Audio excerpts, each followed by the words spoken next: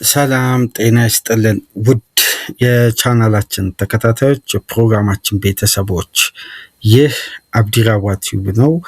በመላው ዓለም ለምትገኙ የእስልምና እምነት ተከታዮች እንኳን ለአረፋ በዓል በሰላም አደረሳችሁ እያልን የመልካም ምኞት መግለጫችንን እንግዲህ በመጀመሪያ መግቢያ ላይ ለእናንተ ምኞታችን እየገለጽን በሁለተኛ ክፍል ፕሮግራማችን ትኩረት የምናደርገው በትናንትናው ዕለት በተነሱ ከባባድ ሀሳቦች ላይ ትኩረት የምናደርግ ይሆናል። ፕሮግራማችንን ላይክ አድርጉ። ላይክ ስታደርጉ የዚህም ፕሮግራም ተደራሽነት፣ ተደማጭነት ከፍ ስለሚያደርግ ላይካችሁ ይጠቅመናል። ላይክ እያደረጋችሁ እንዲጀምሩ፣ አዲስ ከሆናችሁ ሰብስክራይብ በማድረግ ቻናላችንን እንድትቀላቀሉ፣ ዩቲዩብ በሚያሳየን መሰረት ከሆነ እንግዲህ ሰብስክራይብ ሳታደርጉ የሚያደምጡ አድማጮች እንዳሉ ዩቲዩብ በአናሊቲኩ ላይ እያሳየን ነው የሚገኘው እና ሰብስክራይብ እያደረጋችሁ አድምጡን። ከሀገር ውጭ የምታደምጡ በሱፐር ስቲከር፣ ሱፐር ቻት፣ ሱፐር ታንክስ ድጋፍ እንድታደርጉ የአክብሮት ግብዣችን እያቀረብን ትናንትና ሰፊ ፖድካስቶች፣ ሰፊ የሊቨርፑል ፋን ቤዝ ቤተሰቦች በተጨማሪም ለክለቡ በጣም ቅርብ የሆኑ እነ ጄምስ ሆላንድ እነ ጄምስ ፒርስ በአንድ ላይቭ ፖድካስት ላይ ፊት ለፊት ተገናኝተው እንግዲህ ሰፊ ትንተና ሰጥተውበታል። ሰፊ ጉዳዮችን አንስተዋል። በርካታ መወያያ ነጥቦችን አንስተው እዛ ጋር ተወያይተዋል። በስተመጨረሻም እነሱ የደረሱበት ደግሞ የራሳቸው የሆነ መደምደሚያ አለ። በተቃራኒው ደግሞ የቆሙ ሀሳቦች አሉ። ውጭ ያለው እውነታና ውስጥ ያለው እውነታ በተለያየ መንገድ እየተጓዘ ነው ብሎ የሚያነሷቸው ነጥቦች አሉ። እዛ ጋር የተነሳውን ሀሳብ አጠር አድርገን ወደ እናንተ እናደርሳለን። እናንተ ደግሞ የራሳችሁን ሀሳብ አስተያየትና ውሳኔ ትሰጡበታላችሁ። ምናልባት የአትሌቲክሱን ፖድካስት ለተመለከተ እንግዲህ ሀሳቡን ጀነራላይዝ ለማድረግ ይመቸዋል። ላልተመለከተ ሪኮመንድ እናደርጋለን። ግን ከዛ ሀሳብ ላይ መነሻ በማድረግም እዚህ ጋር የምናነሳቸው ጉዳዮች አሉ። እንደ ባለሙያ እንደ ጋዜጠኛ እዛ ጋር የሚሰጡት አስተያየት ደግሞ የመጨረሻ ዲሲፕሊን የተሞላውና ከስሜታዊነት የጸዳ ሙያዊ ትንተና የሚያስፈልገው ሙያዊ እይታ የሚያስፈልገው በተጨማሪም ደግሞ ምን ሊፈጠር ይችላል የሚለውን ጉዳይንም ፕሪዲክት በማድረግም እንግዲህ ካላቸው ሙያዊ እይታ ነው እዛ ጋር የሚያነሱት እንጂ በክለቡ በኩል ስላለው ተጨባጭ እውነታም እያንጸባረቁ አይደለም። ይህንን ከግምት ውስጥ ማስገባት ያስፈልጋል እና ይሄ የተነሳው ሀሳብ በጣም በነጋገሪያ አርዕስትም ነበር፣ አስፈላጊ ነጥቦችም ስላሉት እንግዲህ ዛሬ በበዓል ቀን ወደ እናንተ በድጋሚ መተናል።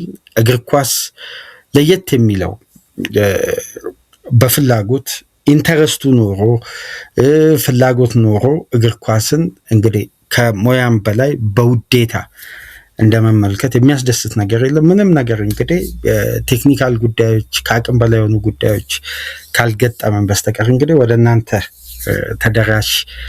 ተደራሽነታችንን ሊያስተጓጉል የሚችል ጉዳይ የለም እና ዛሬ በበዓልም ቀን ቢሆን ወደ እናንተ ተደራሽ ሆነን እነዚህ ሀሳቦችን ማንሳት አስፈላጊ ስለሆነ ነው።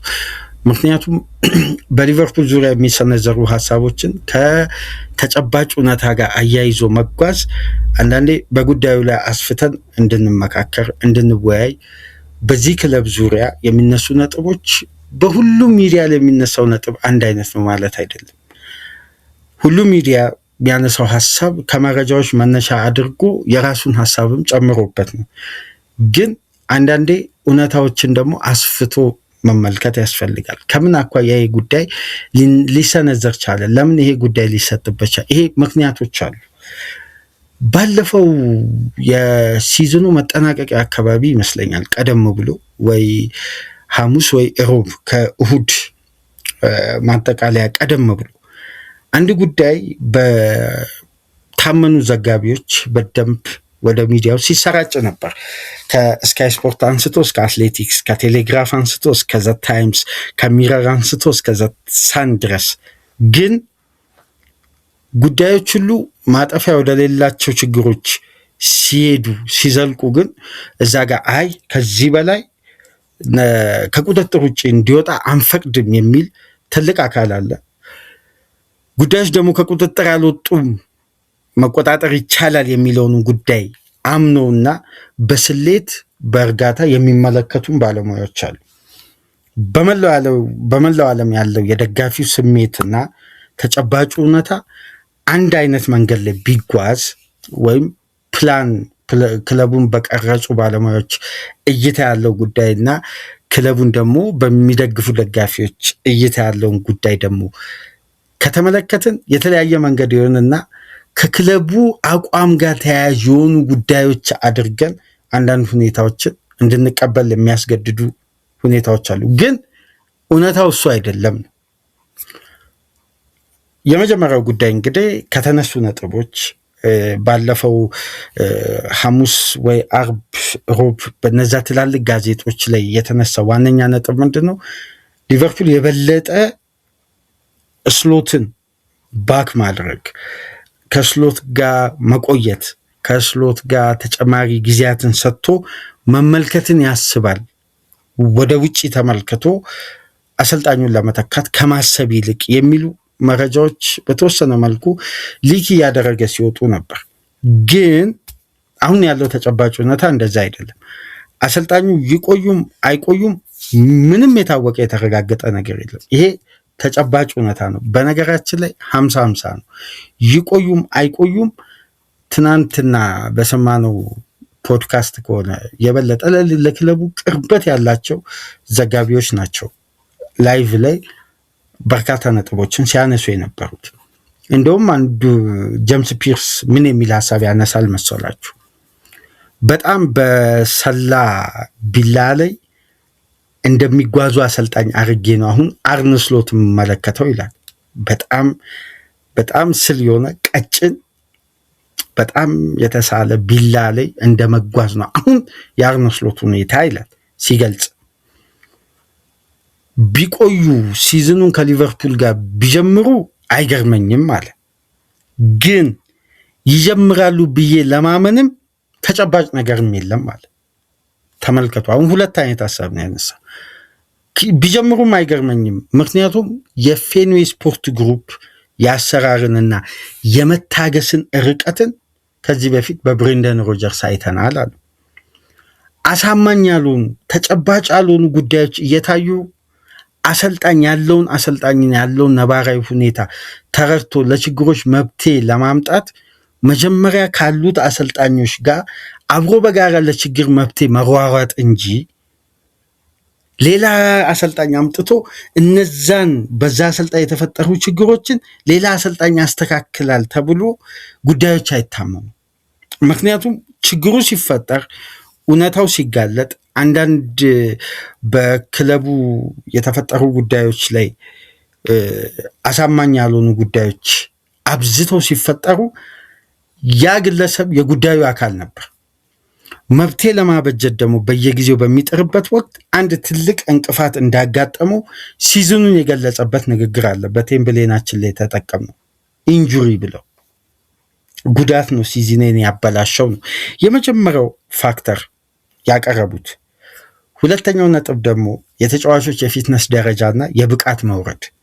ለምሳሌ የመጀመሪያ ዙር በነበሩ ጨዋታዎች ላይ የመሐመድ ሳላ፣ የኢብራሂም ኩናቴ፣ የአሌክሲስ ማካሊስተር፣ የአሌክሳንደር ኢሳቅ ፊትነስ፣ የፍሎሪያን ቪዛ አዳፕት አለማድረግ፣ የተከላካይ ክፍሉ ባላንስ አለመጠበቅ፣ እዚህ ላይ ደግሞ የተጫዋቾች ጉዳት መበራከቱ፣ ኮንሲስታንሲ መጥፋቱ፣ እነዚህ ሁሉ ጠቅለል ተደርጎ ሲታዩ አሁን ጀምስ ፒርስ እነዚህን ያነሳል።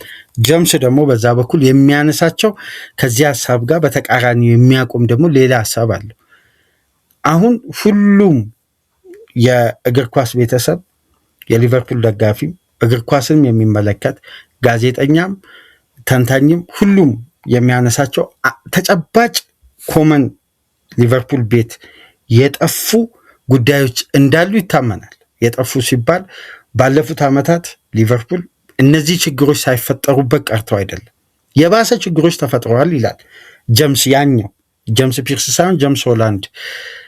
እና ይሄ ጉዳይ ታዲያ ከምን ጋር ነው ተያያዥ የሚሆነው? በቀጥታ ተያያዥ የሚሆነው ነው። አሁን ለጉዳዩ እነሱ መደምደም አይችሉም፣ ሙያዊ ትንተና ነው የሚሰጡት። ያለውን ተጨባጭ እውነታ ባላቸው ኢንፎርሜሽን ልክ ነው የሚያጋሩት። በስሎት ቆይታ ላይ እርግጠኛ ተኮኑ ውሳኔዎችን ማለት ሁኔታዎችን ለመግለጽ የሚያስቸግረው ይላል ጄምስ ፒርስ።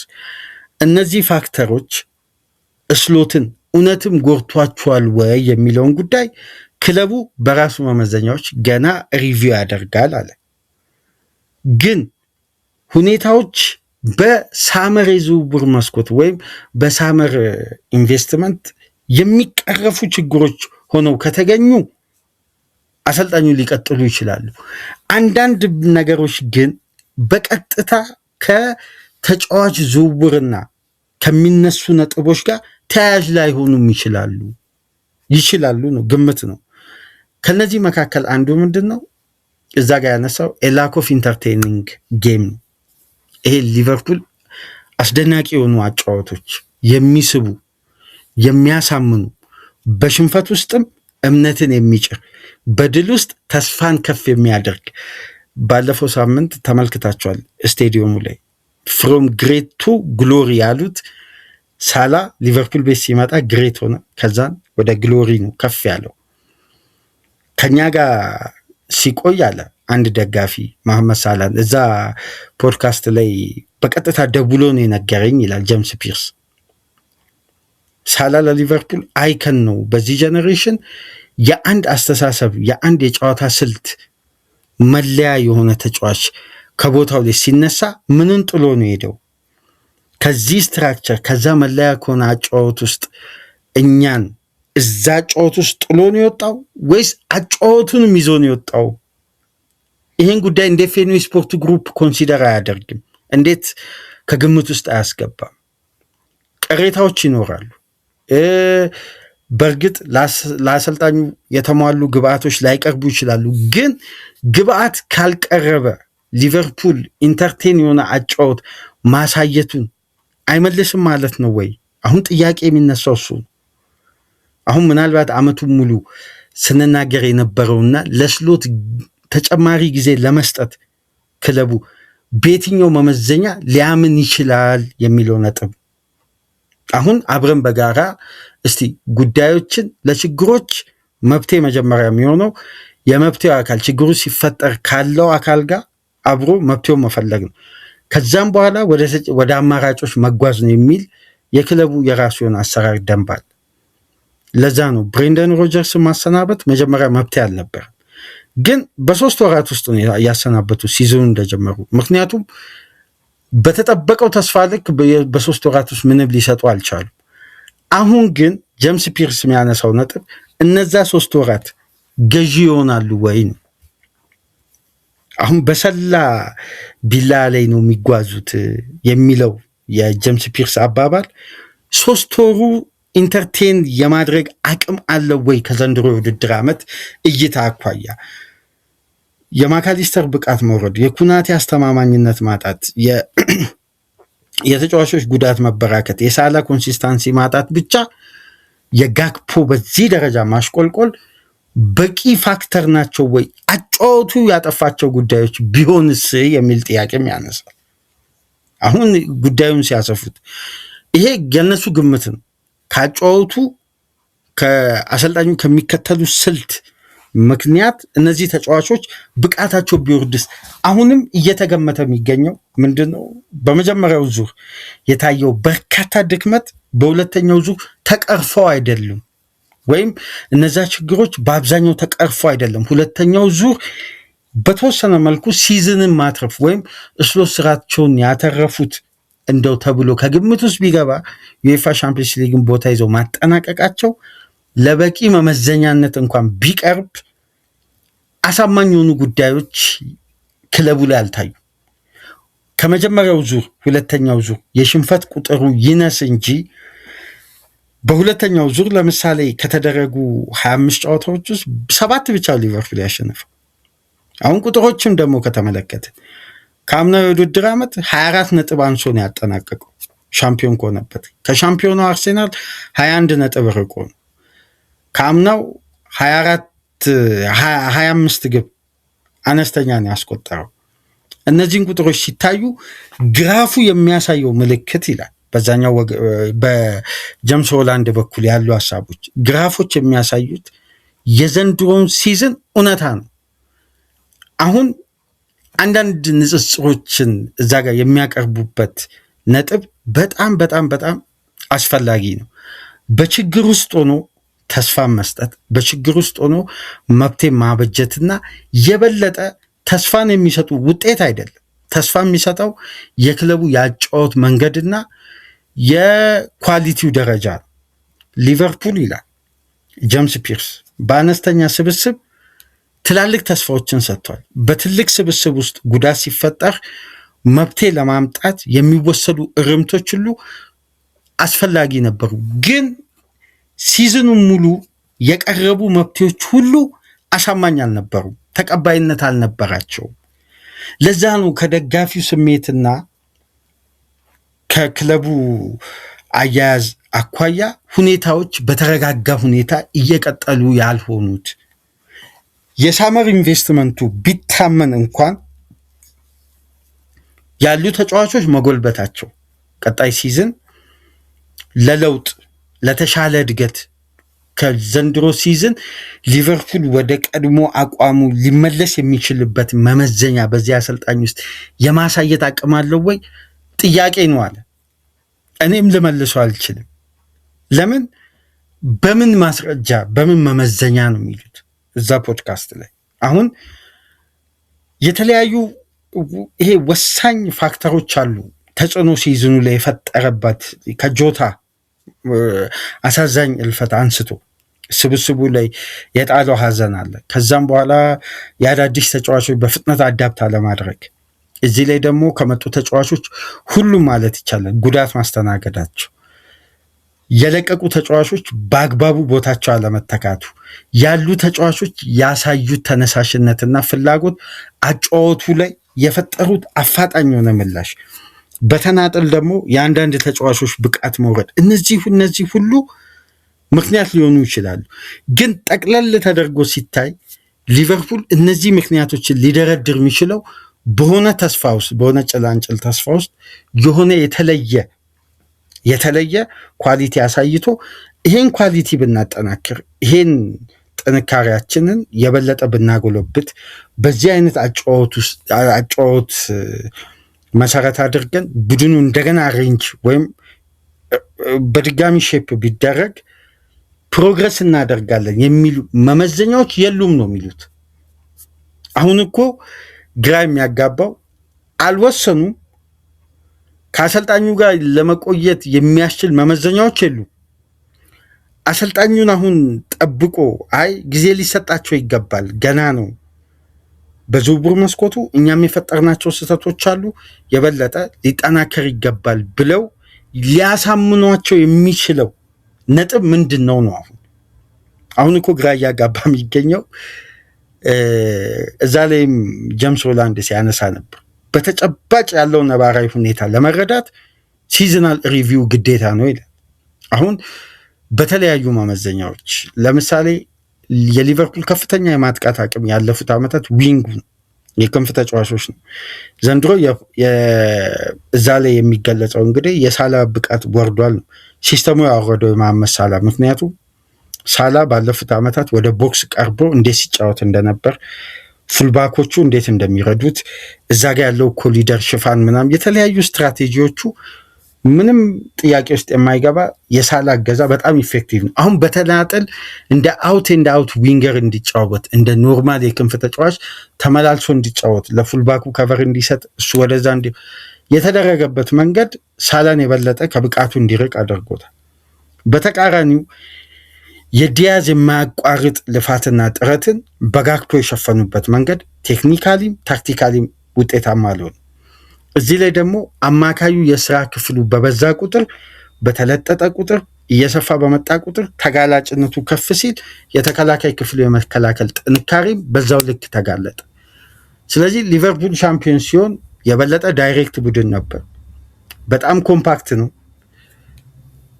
በተገኙ አጋጣሚዎች ላይ ገዳይ የሆነ ባህሪ ያለው ከክሎፕ ቡድን የስሎት ቡድን የበለጠ ለሎው ብሎክ የቀረበ ነው። በጣም ኦርጋናይዝድ ነው። እንዴት ይሄን ሼፕ ባንዴ ሊናጋ ቻለ ነው አሁን ጥያቄያቸው። ከሁለቱም ሐሳቦች የምትረዱት ይሄ በእነዚህ ፋክተሮች ብቻ የመናጋት ሁኔታ ያጋጥመዋል ወይ ነው። አሁን የተለያየ ሐሳብ ነው እዛ ጋር የሚንጸባረቀው። አሁን ከስሎት ጋር ለመቀጠል የሚያስችል በቂ መመዘኛዎች እዚህ ጋር ከሌሉ በሳቸው ውስጥ ደግሞ ጎልብተው አድገው ዘንድሮ የመጡ ተጫዋቾች ከሚመጡ ተጫዋቾች ጋር ተቀናጅተው በየትኛው ተጨባጭ የጨዋታ ስልትና ኢንተርቴን በሚያደርግና ተቀባይነት ባለው ተስፋ በሚሰጡ አጫዋቾች ናቸው አንድ ስቴፕ ከዚህኛው ሲዝን ቀጣዩ ሲዝን ያማረ የሚሆነው ነው አሁን ትልቁ ጥያቄ። አሰልጣኙን ለመደገፍ በምን መመዘኛ ነው አሁን ጥያቄው? እሺ እነዚህ ጉዳዮች እንደ መመዘኛነት ከተቀመጡ ሜዳ ላይ የሚንጸባረቁ ጉዳዮች በክለቡ እንቅስቃሴ ውስጥ ሊታዩ የሚገቡ ሊሰጡ የሚገቡ ዋስትናዎች ደግሞ በበቂ ሁኔታ የሉ። ስለዚህ ቀጣይ ቀናት በጣም በጣም በጣም ወሳኝና አስፈላጊ እርምቶችን ለመውሰድ የሚያስፈልጉ ጊዜያት አሁን ላይ የተቃረቡ ይመስላል እና በእርግጥ ይቆያሉ አይቆዩም የሚለውን ውሳኔ ከባለሙያ አንጻር እነዚህ ጋዜጠኞች አያነሱ። ምክንያቱም ሕጉም አይፈቅድም። ተጨባጭ ነገር በሌለበት ደግሞ አሰልጣኝንም መተቸት አይችሉም። ግን ያለውን ጉዳይ ፍንት ብሎ ማሳየት ያስፈልጋል። ትናንትና አንድ ጉዳይ ምን ተመለከትኩ መሰላችሁ አድማጮች? የቴሌግራፉን ዘጋቢ ከትናንት ወዲያ በጣም ስሙን ደጋግሜ ሳነሳላችሁ ነበር። ትናንት በያን ዲያሞንዴ ዝውውር ላይ ዶሚኒክ ኪንግ ብዬ ሳነሳላችሁ ነበር። ይሄ ዘጋቢ የርገን ክሎፕን ኢንተርቪው አድርግ እንጂ አንድ ትክክለኛ እውነታ ልንገራችሁ የማውቀው ላለፉት 9-8 ዓመት ከየርገን ክሎፕ ጋር ሊቨርፑል በቆየበት ዓመታት ሁሉ በአጠቃላይ ማሽዴይ ሪፖርትም ሆነ ምንም አይነት ጉዳይ የሰራው 20 ነው በ9 ዓመት ውስጥ። የበለጠ በመርሲሳይድ ዙሪያ ለማን ነው የሚሰራው መሰላችሁ? ለኤቨርተን ዘገባዎችም አለን።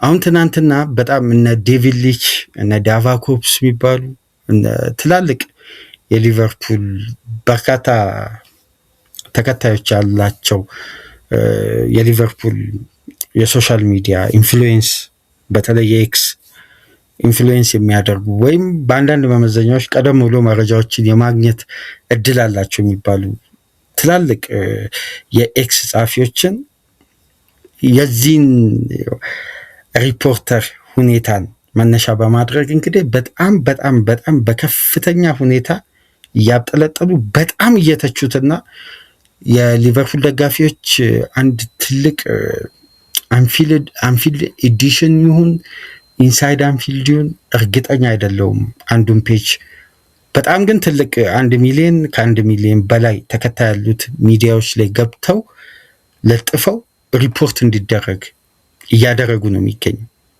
ዶሚኒክ ኪንግ ላይ ለመሰላችሁ አሁን ለምሳሌ ጥላቻ አዘልና ከክለቡ ኃላፊዎች ተገኝቷል በሚል መረጃ አንጸባረቀው የዘገባ አይነት በጣም መከፋፈል ፈጥሯል።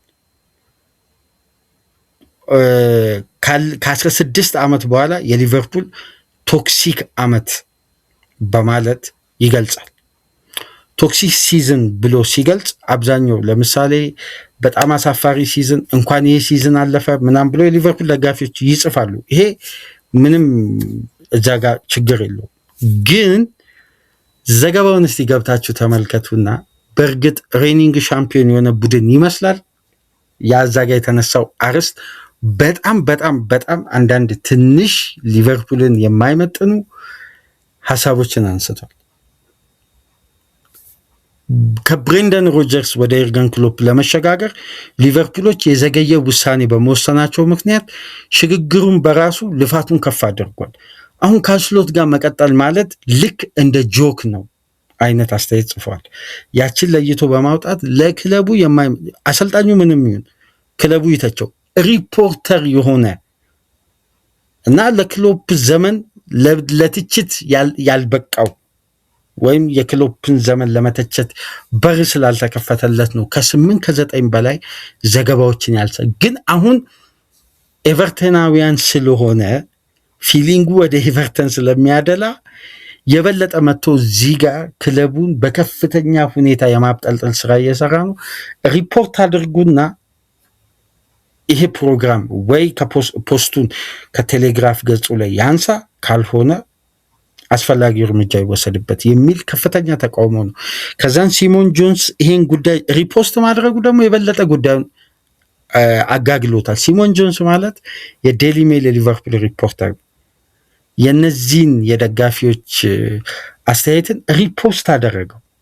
እኔ አልጠበቅኩም በዚህ ደረጃ ግን በጣም አስተያየቱ በእርግጥ ገብቼ ተመልክቻለሁ። ከያን ዲያሞንዴ በኋላ የሰራው በጣም ሊቨርፑልን የመጨረሻ አስቀያሚ ሪሊጌት ያደረገ ነው የሚመስለው። እዛ ጋር የጻፋቸው ጽሁፎች ገብታችሁ ተመልከቱ። ለኢሳቅ የወጣው ብር ብክነት፣ ዊድዛ አላስፈላጊ ዝውውር፣ ኤኬቲኬ በክራንች ላይ ቆየ ተጫዋች ሆኗል። 2-3 ጊዜ የተጎዳበትንና እሱ ማሊያውን አውጥቶ ሴሌብሬት ማድረጉ ሊቨርፑል በእንደነዚህ አይነት ተጫዋቾች የሚገለጽበት ዘመን ላይ ደርሷል የሚል በጣም የብሽሽቅ አይነት ግን በጣም በጣም በጣም ጥግ የወጣ ትችት ነበር የጻፈው እና በጣም ሪፖርት ተደርጎበታል። በጣም ከምነግራችሁ በላይ እና ሌሎች የክለቡ ጸሐፊዎች ሪፖስት ማድረግ አልነበረባቸውም ግን አድርገውታል።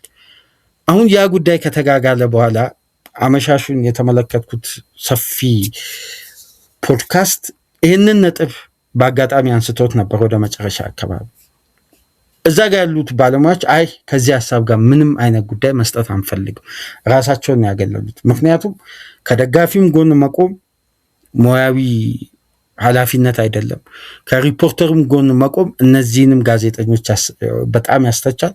ስለዚህ ራሳቸውን አገለሉና ይሄ ሁሉ ጉዳይ ተፈጥሯል ብለው ደግሞ የሚታመነው በእስሎት ሁኔታ ነው። የክለቡን ክብር በአደባባይ ይሄ ሊቨርፑልን የማይመጥን ምስሎች በሌላ ክለብ ደጋፊዎችም ጭምር እንዲሰጥ አድርጓል። የዚህ አሰልጣኝ ፊገር የክለቡን አይደንቲቲ፣ የክለቡን ያጫወት መንገድ፣ የክለቡን ስልት፣ የክለቡን ባህል መጠበቅ አለመጠበቅ ብቻ አይደለም፣ ለተጋጣሚ ክለቦች ራሱ ሊቨርፑልን አሳልፎ ሰጥቷል አብዛኛው ደጋፊ ፊሊንግ እና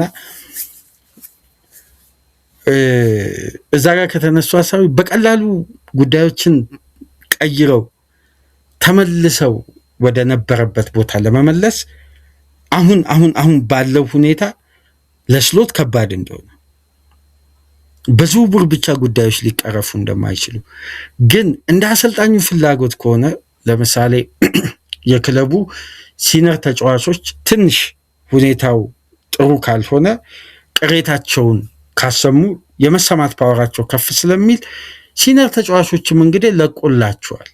አሁን ከሳላ ጋር አብሮ መቀጠል ለስሎት ከባድ ራስ ምታት ነው፣ ከባድ ነው። እንዴት ሳላን ይዞ መቀጠል? ምክንያቱም ይሄን ኢጎ ማስተናገድ ይከብዳል። ማስተናገድ ብቻ ሳይሆን የሳላ ድምፅ ከስሎት ድምፅ ምንም ጥያቄ የለውም፣ በከፍተኛ ሁኔታ ተቀባይነት አለ። ስለዚህ ይሄን ፓወር ሃንድል ማድረግ አይችሉም። ምክንያቱም የመጀመሪያ እዛ ፖድካስት ላይ ከተነሱ ነጥቦች መካከል ማን ማኔጅመንት ጥያቄ፣ ክሎፕ አንደኛ በጣም በጣም ማነር ያለው ማኔጅመንት ነው በማለት በጣም ያሞካሻሉ። ማለት ተጫዋቾችን ሃንድል አድርገው እንዴት ማግባባት እንዳለባቸውና ከነዛ ተጫዋቾች ማግኘት ያለባቸውን ነገሮች በአግባቡ ያገኛሉ አለ። እስሎት አሁን እኮ ደጋፊው ዘንድ ብቻ ሳይሆን ተጫዋቾች ዘንድ ተቀባይነታቸውስ አሁን ጥያቄዎች እኮ አሉ። ስለዚህ ይሄ ሲዘናል ሪቪው፣ ይሄ ውይይት፣ ይሄ ጠለቅ ያለ የክለቡን ዋና ዋና ጉዳዮችን አንስቶ ሪቪው ማድረግ አነሰ በዛ ሊቨርፑል በየትኛውም መመዘኛ ጥገናዊ ለውጥ ለማድረግ ቢያስብም ግን የሚደረግበትን ዓላማ ማስዳት ግን ቅድሚያ ሊሰጥ የሚገባ ጉዳይ ይመስለኛል። የበለጠ ደግሞ ለክለቡ ህልውና አስፈላጊ ሊሆኑ የሚችሉ መመዘኛዎች ደግሞ በልዩነት ቀርበዋል። አሳማኝ የሆነ የጨዋታ እንቅስቃሴና ዋስትና ያለው የቡድን ፐርፎርማንስ ያስፈልጋል።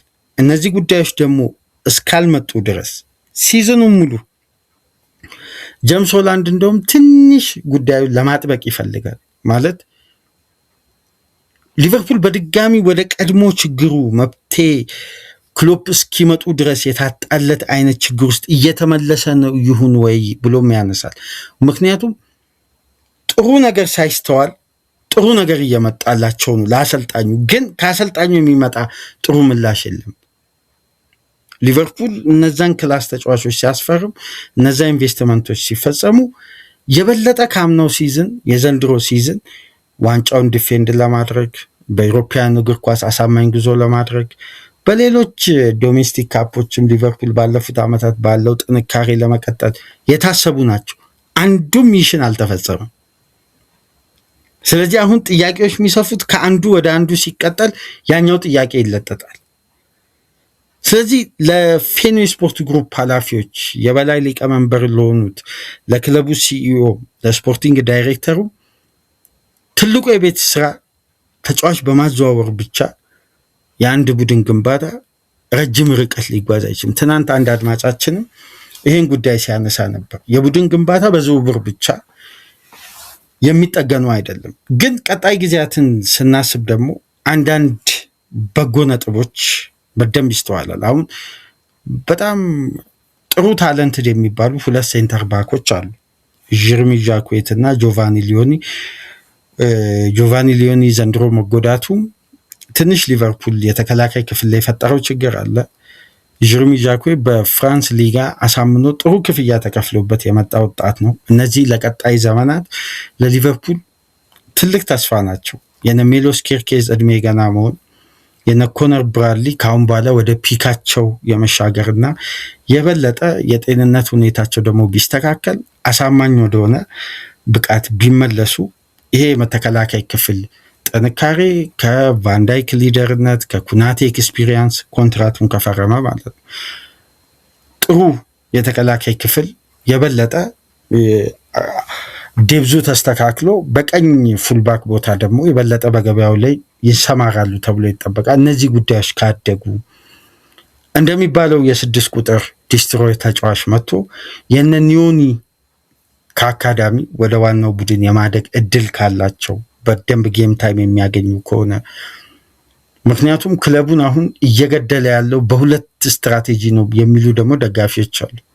አንደኛ የክለቡን የአካዳሚ ውጤት የሆኑ ተጫዋቾችን የሚጠቀሙበት መንገድና ለኛ የሚያሳምኑበት መንገድ ምንም በአካዳሚ ተጫዋቾች ሲዝን ውስጥ የተፈጠረ ተጽዕኖ የለም። ግን ክሎፕ የመጨረሻ ለክለቡ ትተው የሄዱ ትላልቅ ተስፋዎች የአካዳሚ ተጫዋቾች ናቸው። እነዛ ተስፋዎች አሁን ከአይናችን ላይ ጠፍተዋል የሚሉ ጥያቄዎች አሉ። በጣም አሉ ደግሞ በጣም ግን ሊቨርፑል በርካታ ወጣት ተጫዋቾችን በአነስተኛ ክፍያ በጣም ብዙ ወደ 12-11 የሚሆኑ ተጫዋቾችን አምጥተዋል። ይሄ ድጋሚ አዲስ ትውልድ የመፍጠር ስትራቴጂ ነው። በእርግጥ በነ ፔድሮ ማርኬዝ የሚሰራ ስራ ነው። ይሄ ግን የነበሩ ወጣቶችን የመጠበቅም ስትራቴጂ በጣም ደካማ ነው ተብሎ ይነሳል በክለቡ በኩል። የበለጠ ደግሞ ስሎት ሲመጡ ከታየበት አንዱ መመዘኛ አሰልጣኙ ምንድን ነው የተጫዋቾችን ፖቴንሻል የአካዳሚ ተጫዋቾችን ፖቴንሻል የማጎልበት አቅማቸው ነው ይላል መመዘኛው። ይሄም እንግዲህ ጥያቄ ውስጥ የሚገባ ነው። በክሎፕ ዘመን ከተሸጠ የአካዳሚ ተጫዋች የበለጠ በስሎት 2 የውድድር ዓመት የተሸጠ ተጫዋች ይበልጣል የሊቨርፑል አካዳሚ። ይሄም በጣም አስመራቸው ያዙ። በጣም ትልቁ ኪሳራ አንደኛው እዚህ ላይ ነው የሚነሳው። አሁን የፊት መስመሩ ችግር ደግሞ አማካይ ክፍሉ ላይ በአንድ ወይ በሁለት ተጫዋች ጥሩ የአካዳሚ ተጫዋች አሳድገው ጥሩ ኤክስፒሪየንስ ያለው ዲፌንሲቭ ሚድፊልደር ማምጣት የበለጠ ቦታውን ስቴብል ያደርጋል። አንደኛ በተከላካይ ስፍራ እነዚህ ወጣት ተጫዋቾች የሚጎለብቱበትን ጊዜ ስናስብ ጥሩ የተከላካይ ክፍል ከፊት ለፊት እንዳለው ሊቨርፑል ይታወቃል። ለወደፊት ነው ግን በፍጥነት ሪከቨር ለማድረግ የሚያስችል አይደለም። በጊዜ ሂደት የሚመጣ ጉዳይ ነው። ጊዜ ይፈልጋል።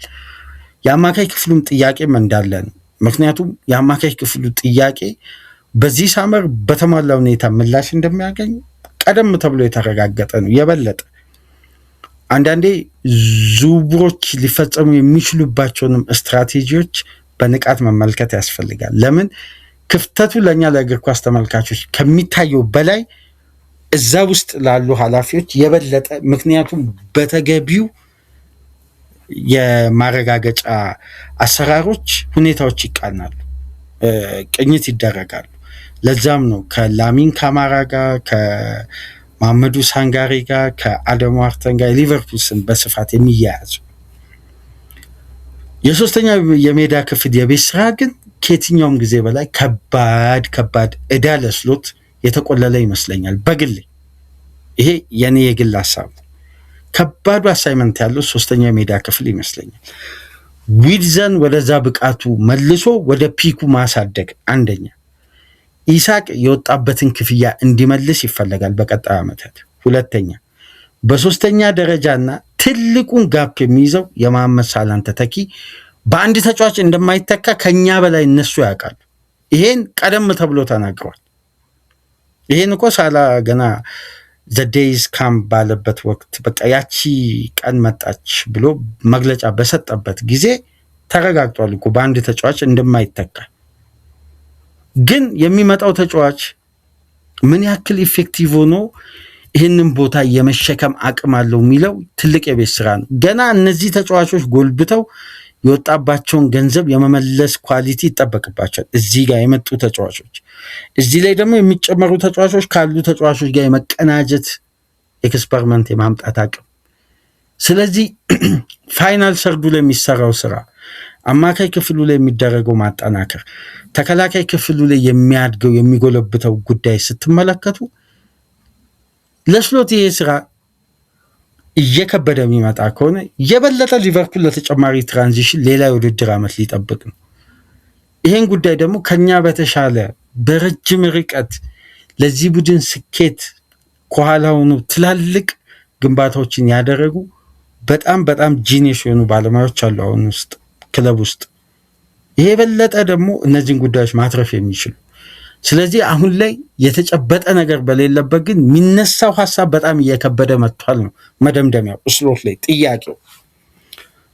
ስለዚህ ይህ ጉዳይ በቀጣይ ጊዜያት በበለጠ መብቴ እንደሚገኝለት ነው የሚታመነው።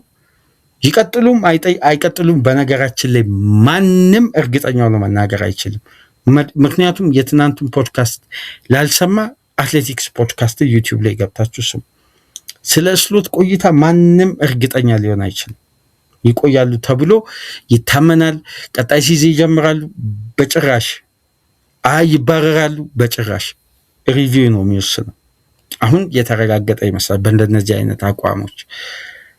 በመጨረሻም ግን ሁለት ዊንገር ሊቨርፑል አያስፈርምም ወይም አንድ አስፈርሞ አንድ እንደዚህ ምናምን ሀሳቦች የተሰነዘሩ ነው። አንድ የመጨረሻ ማረጋገጫ ድጋሚ በእነዚህ አይነት ሀሳቦች ላይ ጥያቄም ምላሽም ለመስጠት በቂ የሆነ ማረጋገጫ ልስጣችሁ። ይሄን ፎቶ ተመልከቱ። በተጠናቀቀው የሳመር የዝውውር መስኮት የዛሬ ዓመት በዚህን ሰዓት ተመሳሳይ ክርክር ሲያነሱ ለነበሩ አድማጮች በአመቱ በሳመር የዝውውር መስኮት ለነበረው ምላሽ በቂ ማረጋገጫ ነበር። ሊቨርፑል ኢሳቅን ካጣ ኤኬቲኬ ላይ ይገባና ኤኬቲኬን ይወስዳል፣ ከዛን ኢሳቅን ይተዋዋል አይደል? አብዛኛው ጊዜ ስንሰማይ ነበር ነው። ግን ከመጀመሪያ ከማርች ጀምሮ ምን ስላችሁ ነበር? ሁለት ተጫዋች ያስፈርማል፣ ሁለቱም ከፍተኛ ገንዘብ የሚወጣባቸው ነው። ኢሳቅ ሊቨርፑል መምጣቱ 100% አይቀርም፣ የጊዜ ጉዳይ ነው። አንደኛው ተጫዋች ግን አለየም። መሀል ላይ ኤኬቲኬን ቀድመው አመጡ። አሁንም ልንገራችሁ ሊቨርፑል በግራም በቀኝም እንደ አስፈላጊነቱ ሶስተኛ ቨርሳታይል ተጫዋች ማምጣቱም አይቀርም። ካስፈለገ 3 አይደለም 2 ብቻ አይደለም 3ም ሊያመጣ ይችላል። አይደለም አንድና አንድ ቨርሳታይል ለማምጣት ቀርቶ ከሁለት ዊንገር ጋር ተጨማሪ ሶስተኛ ተጫዋች ሊያመጣ ይችላል። አምና ፋብሪዚዮ ምን ሲላችሁ ነበር? ልክ ከትናንት በስቲያ ያላት አስተያየት ማለት እቺን ፖስት እስከማገኝ ነው። በነገራችን ላይ ምላሼ ላይ እርግጠኛ ሳልሆን የሆኑ ሁኔታዎችን ሪያክት ለማድረግ ተገቢ ስላልሆነ ማረጋገጫ ስለሚያስፈልገው ምን ሲል ነበር? ሊቨርፑል ኢሳቅን ካላገኘ ኤኬቲኬ ጋር ይሄዳል። አሁን ምን እያለ ነው የሚገኘው? ዲያሞንዴን ካላገኘ ባርኮላ ጋር ይሄዳል አይደል? ከትናንት በስቲያ ሲል የነበረው ሁለቱንም ደግሞ የማስፈረም እድሉ ሰፊ ነው። በእኔ በኩል ያለው መረጃ አሁን ይህንን ለማረጋገጫነት ማቀርብላችሁ ኢሳቅም ኤኬቲኬም ዊድዘን አስፈርመው ነው ያመጡት። ከዛም በኋላ ተመልከቱ፣ ዊድዜ ከመጣ በኋላ ሊቨርፑል ገንዘብ አያወጣም፣ ፋይናንሻሊ ካልሸጠ አይገዛም። ግን ፕላን የሚወጣው ልክ በፈረንጆች ፌብሩዋሪ መጨረሻ አካባቢ የዝውውር እቅዶች ተፈጻሚነታቸው ያኔ ነው ሂደቶች የሚጀመሩት። በተለይ ግራውንድ ወርክ ከተጫዋቾች ጋር ድርድር ኤኬቲኬን ያስፈረሙት ማለት የጨረሱት ቀደም ብሎ ማርች ላይ ነበር። ከኢሳቅ ጋር ማርች መጨረሻ ነበር የተስማሙት በግል ውስጥ ለውስጥ ግራውንድ ወርኩ ተመልከቱ። ከዊድዜ ጋር ቀደም ተብሎ በሻምፒየንስ ሊግ ሌቨርኩዘን እና ሊቨርፑል አንፊልድ ጨዋታ በነበረባቸው ወቅት። ስለዚህ ይሄ ለሚዲያ የሚሰጠው የዘገባ አይነት ነው። ተጨባጭ እውነታ እሱ አይደለም። አንድ ዊንገር አስፈርሞ መሐመድ ሳላም በአንድ ያሙንዴ እንዲው ይተካል ሲባል ትንሽ አይከብድም? እንዲው ለኛ ለእግር ኳስ ተመልካቾች ተውት፣ ለዋና ለባለሙያዎቹ ቀርቶ ለ8 ዓመት ለ9 ዓመት ኮንሲስታንሲ ያሳየን ተጫዋች በአንድ የአይቨሪ ኮስት ዊንገር ይተካሉ ተብሎ ሲጀመር ለመቀበልም እኮ ትንሽ ይቸግራል። መቼስ ሌላ ሳላን ለመፍጠር ጊዜ ይፈጃል። ግን በአንድ ተተኪ ብቻ ሌላ ሳላ ይፈጠራል ብላችሁ ታምናላችሁ? እነማን ሊፈርሙ እንደሚችሉ ተጨባጭ ነገር የለም። ግን ከሁለት በላይ ተጫዋችም ሊፈርም ይችላል። ሶስተኛ የሜዳ ክፍል አይደለም አንድ ተጫዋችና አንድ ቨርሳታይል ወይም በነገራችን ላይ ከስተቱ እንደ ሊቨርፑል አመራሮች ስተት ለመስራት በጣም ሩቅ ናቸው። ግን እርምት ለመውሰድ ደግሞ እንደነሱ ጂኒስ የለም። ዘንድሮ የሪዮ ነገሞሃን እድገት እንመልከት የሚል ሀሳብ አቅርበው ነው ባርኮላን ያላስፈረሙት፣ ጊዜውም ጠባብ ስለሆነ። አሁን ግን ድጋሚ ሲዝን ውስጥ ገብተው እንደዛ አይነት መረበሽ ውስጥ መግባት አይፈልጉም።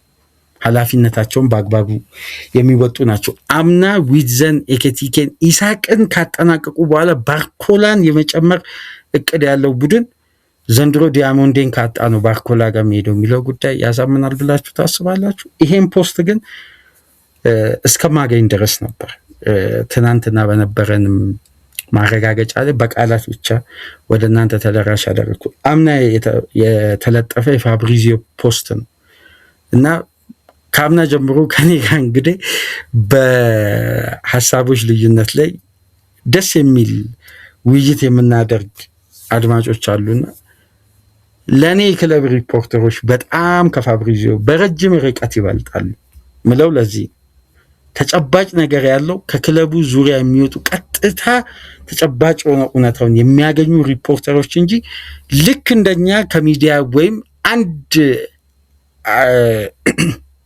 አደራዳሪ አካል ሊክ አድርጎ ወይም የሆነ ገንዘብ ከፍሎ ዘገባን በሚሸጥ በሚገኝ ዘገባ ላይ ቀጥታ ጥገኛ መሆን አያስፈልግም። የክለብ ሪፖርተሮች በጣም ለዚህ ነው ለእኔ ዴቪድ ኦርኒስተን በረጅም ርቀት ከፋብሪዚዮ ይበልጣል ምላችሁ። ምክንያቱም ፋብሪዚዮ በቀን ውስጥ 14 አይነት ቪዲዮም ሊሰራ ይችላል። ተመሳሳይ ፖስቶችን ሊፖስት ይችላል። ተመሳሳይ ቃላትን ለማረጋገጫነት የማርክ ጌሂን ዝውውር እኮ ፌል ማድረጉን ኦርኒስተን ነው ቀድሞ ከሰዓታት በፊት የለጠፈው። ግን ስቲል ድርድር ላይ ናቸው ፌል አላደረገም ሲል ነበር በወቅቱ። ግን የኬይ ዝውውር ፌል አደረገ። ከአንድ 10 ዝውውር ላነሳላችሁ ይችላሉ ተፖስቶ በትክክል ፌል ያደረገ። ለምሳሌ ሞሲስ ካሴዶ 100% ሪቻን አግሪመንት ብሎ የፖስተው እኮ ፋብሪዚዮ ነው። ኦርኒስተን ግን ዲሉ አልተጠናቀቀም፣ ዲሉ ላይ ሃይጃክ ሊደረግ የሚችልበት እድል አለ፣ እስካሁን ድረስ ዲሉ አላለቀም ሲል ነበር።